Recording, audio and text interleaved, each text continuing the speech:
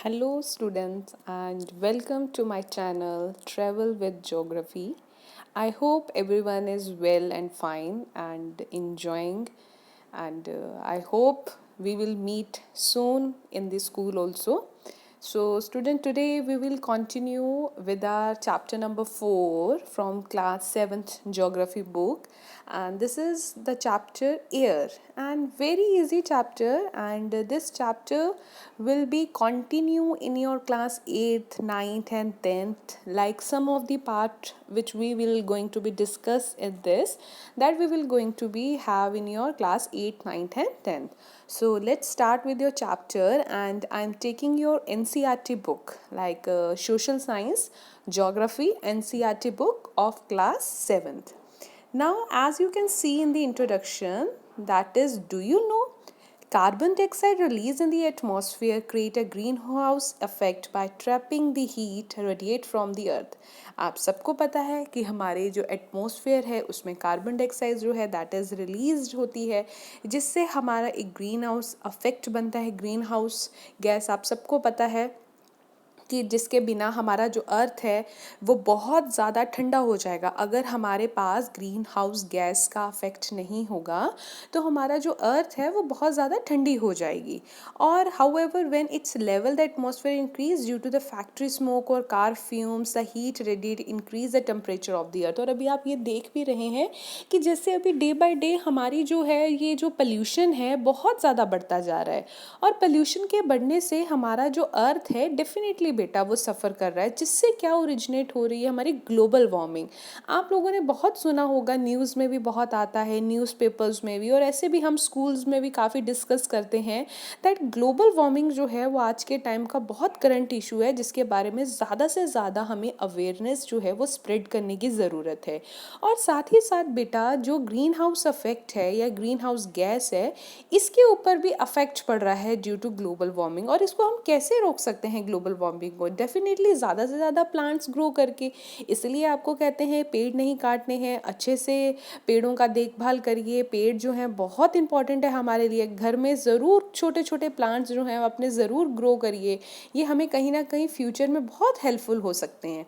Now let's start with the chapter. They said our earth is surrounded by a huge blanket of air called atmosphere. हमारे earth के पास आसपास एक पतली सी या एक चादर है जिसने हमारे अर्थ को प्रोटेक्ट करके रखा है, जिसने हमारे अर्थ को घेरा हुआ है, उसे हम एटमॉस्फेयर कहते हैं। All living being on this earth depend upon the atmosphere for their survival. हम सब इसके बिना नहीं रह सकते हैं, एटमॉस्फेयर के बिना। अगर आपको आपकी क्लास 6 में आपको एक चैप्टर पढ़ाया होगा major domains of the earth. Major domains of the earth में बेटा आपको 3 वर्ड शायद अगर आपको याद हैं, that is your lithosphere, hydrosphere, atmosphere. Lithosphere में आपको बताया था लैंड, हाइड्रोस्फीयर में बताया होगा आपको वाटर, और एटमॉस्फेयर में बताया होगा आपको एयर। तो ये तीनों चीज़ें मिलकर हमारा क्या बनता है? Major domains of the earth बनते हैं। और एटमॉस्फेयर के बिना तो बेटा हमारी लाइफ बिल्कुल पॉसिबल नहीं है। उसी के साथ साथ हाइड्रोस्फीयर वाटर के बिना भी नहीं है। ये तीनों एक इसेंशियल पार्ट है हमारी लाइफ के लिए। Now it provide us the air we breathe and protect us from the harmful effect of the sun ray. Definitely atmosphere क्या करता है? हमें हार्मफुल रेज से प्रोटेक्ट करके रखता है। सारी की सारी अगर सन की रेज अर्थ के ऊपर आ जाए तो अर्थ तो रह ही नहीं पाएगा। पूरा का पूरा जो है अर्थ जो है वो अच्छे से जल जाएगा, right? Without this blanket of protection we would be baked alive by the heat of the sun. और वो कह रहे हैं कि अगर ये नहीं होगी तो हम क्या करेंगे? हम जल जाएंगे और रात को पूरी तरह से फ्रोजन हो जाएंगे, पूरी तरह से जम जाएंगे। तो इस एटमॉस्फेयर का होना हमारे लिए बहुत ज़्यादा ज़रूरी है। ना कंपोजिशन ऑफ द एटमॉस्फेयर का मतलब है बेटा कि हमारे एटमॉस्फेयर में है क्या क्या। अब जैसे आप ये फिगर देख रहे हैं, डायग्राम देख रहे हैं, इसमें देखिए हमारे एटमॉस्फेयर में 78% नाइट्रोजन है, 21% ऑक्सीजन है, 0.03 कार्बन डाइऑक्साइड है, 0.093 आर्गन एंड अदर ऑर्गन्स। तो मतलब कि other all others. It means कि हमारे पास एटमॉस्फेयर में सबसे ज़्यादा जो गैस अवेलेबल है that is your nitrogen and oxygen. These are your two gases जो हमारे एटमॉस्फेयर में बनती हैं, सबसे ज़्यादा हैं हमारे एटमॉस्फेयर को जो बनाने में जिन गैसेस का हाथ है that is your nitrogen and oxygen. और उसी के साथ साथ बाद में और कौन सी आएंगी, carbon dioxide, helium, ozone, argon and hydrogen. ये लेसर क्वांटिटी में अवेलेबल हैं। मेजर में कौन सी है, नाइट्रोजन एंड ऑक्सीजन। ये आपने वन वर्ड क्वेश्चन के लिए भी याद रखना है, ये आपको पाई चार्ट में ऐसे बताया हुआ है। नेक्स्ट वो बता रहे हैं नाइट्रोजन की इंपॉर्टेंस। नाइट्रोजन जो है that is most प्लेंटिफुल gas and in the air. हम जब सांस लेते हैं तो हमारे साथ हम अंदर नाइट्रोजन भी ले रहे हैं, और नाइट्रोजन जो है वो हमारे some amount nitrogen into our lungs and exhale it, हम लेते हैं। वो ऐसा नहीं कि अगर आप बोलो कि आप सिर्फ ऑक्सीजन लेते हैं, ऑक्सीजन के साथ साथ हम थोड़ा सा नाइट्रोजन भी लेते हैं। और they can not take nitrogen directly from the air. Bacteria that live in the soil and roots of the some plants take nitrogen from the air and change in the form of some plants can live। वो कह रहे हैं वैसे ही जैसे हम लेते हैं वैसे ही प्लांट्स जो हैं वो भी नाइट्रोजन लेते हैं, पर नाइट्रोजन वो डायरेक्टली नहीं ले पाएंगे। वो कहाँ से लेंगे, वो सोइल से लेंगे, वो रूट से लेंगे, या वो हवाओं से नाइट्रोजन लेंगे। सेकेंड है बेटा आपका ऑक्सीजन। ऑक्सीजन की इंपॉर्टेंस आप सबको ही पता है, इसको तो बताने की ज़्यादा ज़रूरत नहीं है। ऑक्सीजन के बिना ह्यूमंस और एनिमल्स कोई भी नहीं रह सकता। Green plants produce oxygen. कौन प्रोड्यूस करता है oxygen, green plants. One word question आ सकता है। During photosynthesis, in this way oxygen content of air remain constant। if we cut trees then this balance get disturbed। अगर हम ये सारा सिस्टम जो आपको हमेशा बोला जाता है कि इसको बचा के रखना है, अपने इकोसिस्टम को बचा के रखना है, क्यों बचा के रखना है, ताकि हमारी एक बैलेंस लाइफ चलती रहे। जैसे भगवान ने बनाया है वैसे हमारी लाइफ जो है वो चलती रहे। ज़्यादा उसके साथ छेड़छाड़ करेंगे तो फिर डेफिनेटली हम ही सबसे ज़्यादा सफ़र करेंगे और कोई सफ़र नहीं करेगा। थर्ड है आपकी कार्बन डाइऑक्साइड। कार्बन डाइऑक्साइड आप सबको पता है अनदर इंपॉर्टेंट गैस है। ये ग्रीन प्लांट्स जो हैं वो यूज़ करते हैं कार्बन डाइऑक्साइड को फूड बनाने में, और वो रिलीज़ करते हैं ऑक्सीजन। ये आप सबको पता है। ह्यूमंस और एनिमल्स जो हैं वो कार्बन डाइऑक्साइड रिलीज़ करते हैं, ऑक्सीजन को लेते हैं। The amount of carbon dioxide release by humans और animals seems to be equal to the amount use by plants which make a perfect balance. वो कहते हैं एक प्लांट जो है वो ऑक्सीजन क्या हम कार्बन डाइऑक्साइड छोड़ रहे हैं, प्लांट्स उधर से ऑक्सीजन छोड़ रहे हैं। इससे क्या होता है, हमारे अर्थ में, हमारे इकोसिस्टम में एक बैलेंस बन जाता है, और यही बैलेंस हम लोगों को आराम से हमारी लाइफ को जीने के लिए हेल्प करता है।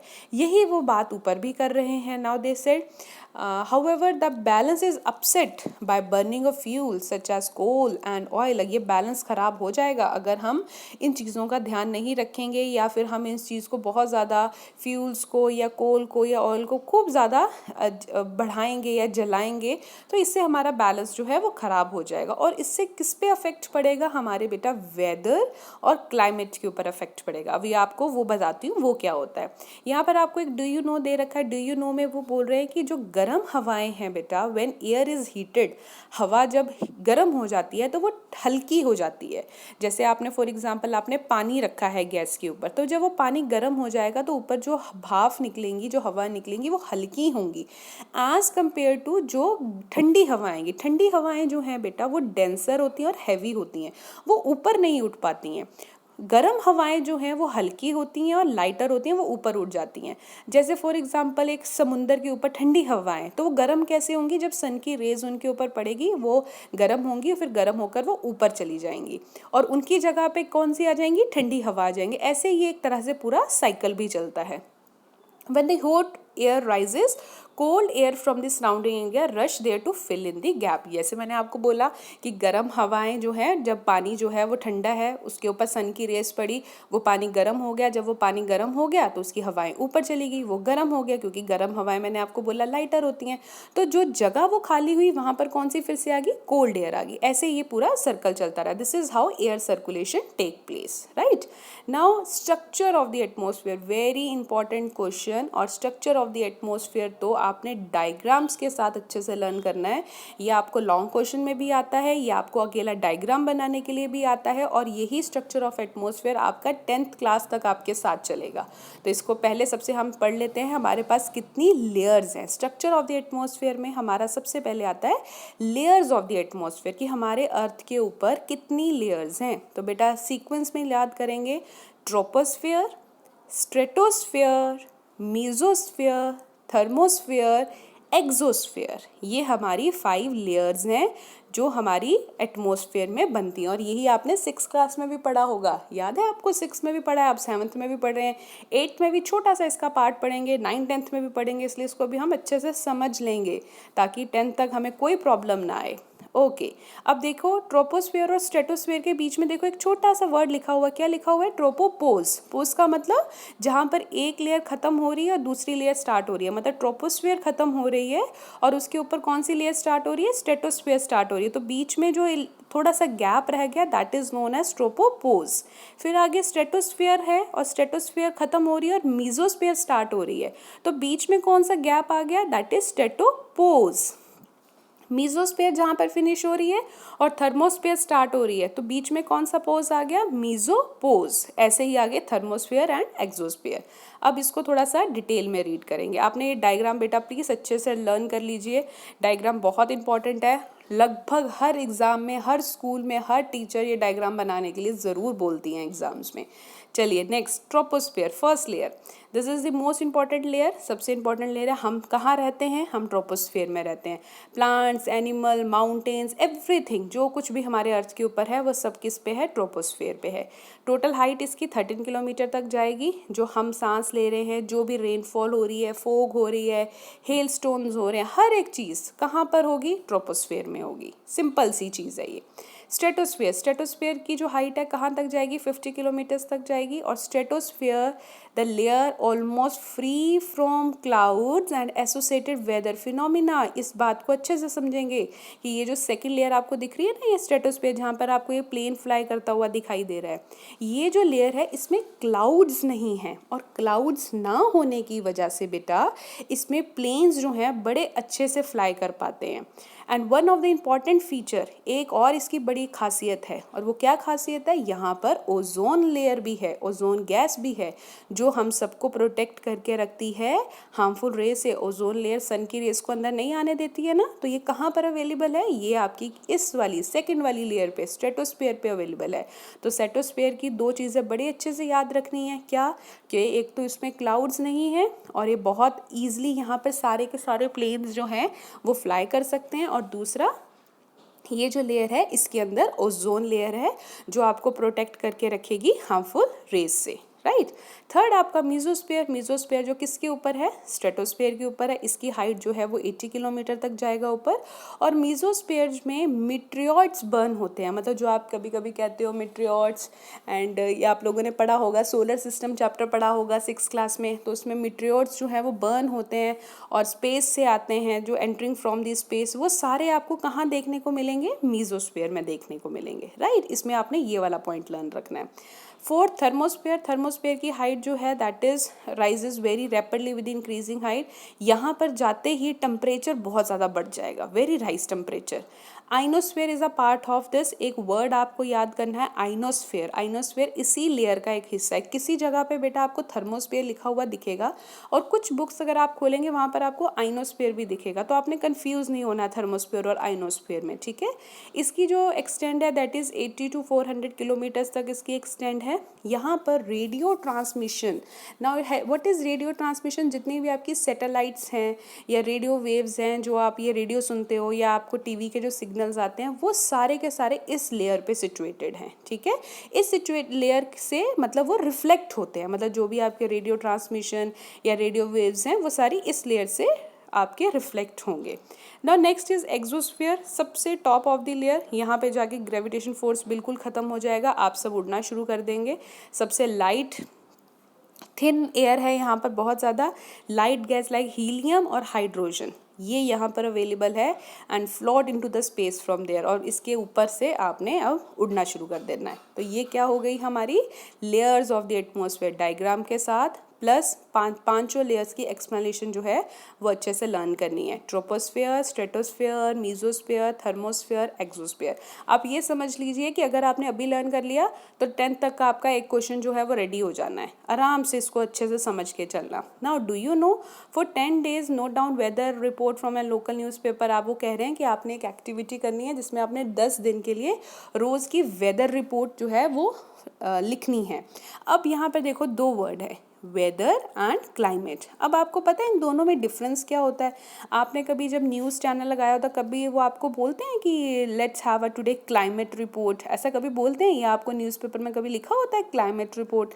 नहीं लिखा होता है ना, क्यों? क्योंकि क्लाइमेट वर्ड जो है वो कुछ अलग है और वेदर कुछ अलग है। अब वेदर रिपोर्ट, वेदर न्यूज़ ऐसे लिखा होता है ना। तो अब वेदर और क्लाइमेट में क्या डिफरेंस है?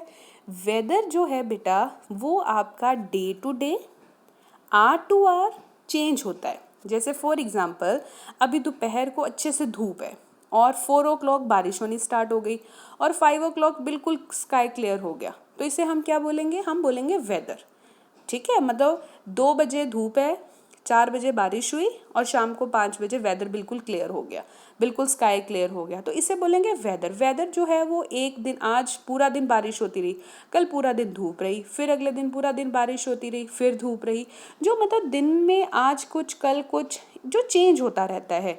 जो जैसे सुबह कुछ है शाम को कुछ है, जब सुबह स्कूल आ रहे हैं तो बहुत बारिश हो रही है और जब थोड़ी देर बाद हुआ दोपहर हुआ तो भाई धूप आ गई। या कई बार बच्चे बोलते हैं जब गेम्स का पीरियड होता है तब खूब बारिश होती है और जब गेम्स का पीरियड ख़त्म हो जाता है, मैथ्स का पीरियड आ गया तो भाई अच्छे से धूप निकल आती है, गेम्स का पीरियड तो क्लास में ही रह जाता है। तो वो जो time to time hour to hour change हो रहा है that is known as your weather.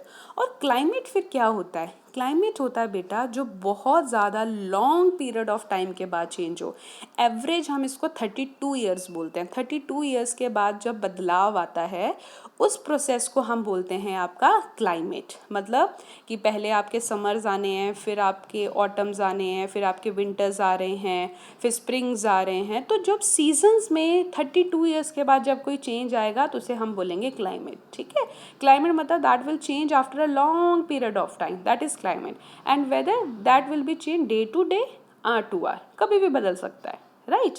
ये आपका वेदर और क्लाइमेट। और ये जो आपको एक्टिविटी दी थी उन्होंने कहा था कि आपने रोज़ का वेदर नोट डाउन करना है, आज कितना वेदर है, कल कितना है, परसों कितना है, फिर उसका हम एक एवरेज निकालते हैं, राइट? नाउ नेक्स्ट ये आपको बता रखा है टेम्परेचर।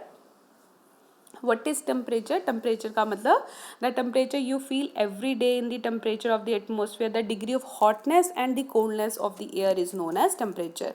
कितना ही गर्मी है मौसम में या कितनी ठंडी है हवाओं में, उसे हम टेम्परेचर कहते हैं। सर्दियों में टेम्परेचर जो होता है वो हमारा थोड़ा लो होता है, प्रेशर हाई होता है। अभी गर्मियों में टेम्परेचर ज़्यादा है, प्रेशर लो है, तो वो आपका टेम्परेचर। डिग्री, कितनी degree? 32 degree Celsius temperature, 35 degree Celsius temperature, 12 degree Celsius temperature, -5 degree Celsius temperature. Degree में हॉटनेस और कोल्डनेस को जब हम मेजर करते हैं that is known as your temperature. The temperature of the atmosphere change not only between day and night but also from season to season. बिल्कुल सही, दिन में और रात में तो टेम्परेचर का फर्क होता ही है, ये तो हम सबको पता है, पर सीजन टू सीजन भी तो फर्क होता है ना बेटा टेम्परेचर का। समर्स में देखो 35 डिग्री तक टेम्परेचर जाता है, राइट? और विंटर्स में देखो 12 डिग्री टेम्परेचर भी जाता है। तो मतलब सीजन के साथ भी तो टेम्परेचर में फर्क पड़ता है। समर्स इतनी गर्मी बुरा हाल और विंटर्स में बिल्कुल सर्दी, तब ठंड लगती है। गर्मियों में तो भाई गेम्स पीरियड से जब आप लोग आते हो कैसे आते हो, और जब सर्दियों से गेम्स पीरियड से आते हो तो कितना खिलखिलाकर आते हो। तो आता है ना, फर्क आता है कि नहीं आता है? देन उसके बाद है important factor that influence the distribution of temperature is insolation. ना बेटा यहाँ पर इंसोलेशन को आपने समझना है। इंसोलेशन का मतलब होता है incoming solar energy intercepted by the earth. कितनी अमाउंट में एनर्जी हमारा अर्थ जो है वो रिसीव कर रहा है, that is known as your insolation. मतलब अर्थ जो है कितनी हीट रेज को रिसीव कर रहा है, दैट इज इंसोलेशन। और इंसोलेशन जो है बेटा वो इक्वेटर में ज़्यादा होगी, पोल्स में कम होगी। इक्वेटर की तरफ अर्थ जो है वो ज़्यादा सनरेज को अट्रैक्ट करेगा, पोल्स में जाते जाते सन की जो रेज हैं वो कम हो जाती है। तो that is your insolation, right? Now temperature in the city is much higher than that of the village. ये भी बिल्कुल सही बात है, सिटीज़ में जो टेम्परेचर है वो बहुत ज़्यादा होता है एज कम्पेयर टू विलेज के कंपैरिजन। विलेजेस में क्योंकि बहुत ज़्यादा अच्छे पेड़ हैं तो वहाँ का हवाएं जो हैं वो ज़्यादा अच्छी है, इसलिए वहाँ का टेम्परेचर जो है वो थोड़ा सिटी के कंपैरिजन हमेशा कम रहता है। अब ये देखिए यहाँ पर कुछ आपको इंस्ट्रूमेंट्स दे रखे हैं। थर्मोमीटर से क्या करते हैं? टेम्परेचर मेजर करते हैं। बैरोमीटर से क्या करते हैं? एटमॉस्फेरिक प्रेशर मेजर करते हैं। रेन गेज से क्या करते हैं? रेनफॉल को मेजर करते हैं। और विंड वेव से क्या करते हैं, विंड्स की डायरेक्शंस को वेव्स हम फाइंड आउट करते हैं। तो these are your weather instrument. ये आपको मैथड्स में या वन वर्ड में आता है that what is thermometer. Thermometer क्या करता है, मेजर द टेम्परेचर। बैरोमीटर क्या करता है, measure atmospheric pressure. Rain gauge क्या करेगा, अमाउंट ऑफ रेनफॉल। और विंड वेव क्या करेगा, डायरेक्शन ऑफ विंड। ठीक है, ये आपका टॉपिक हो गया यहाँ तक। ठीक है, नेक्स्ट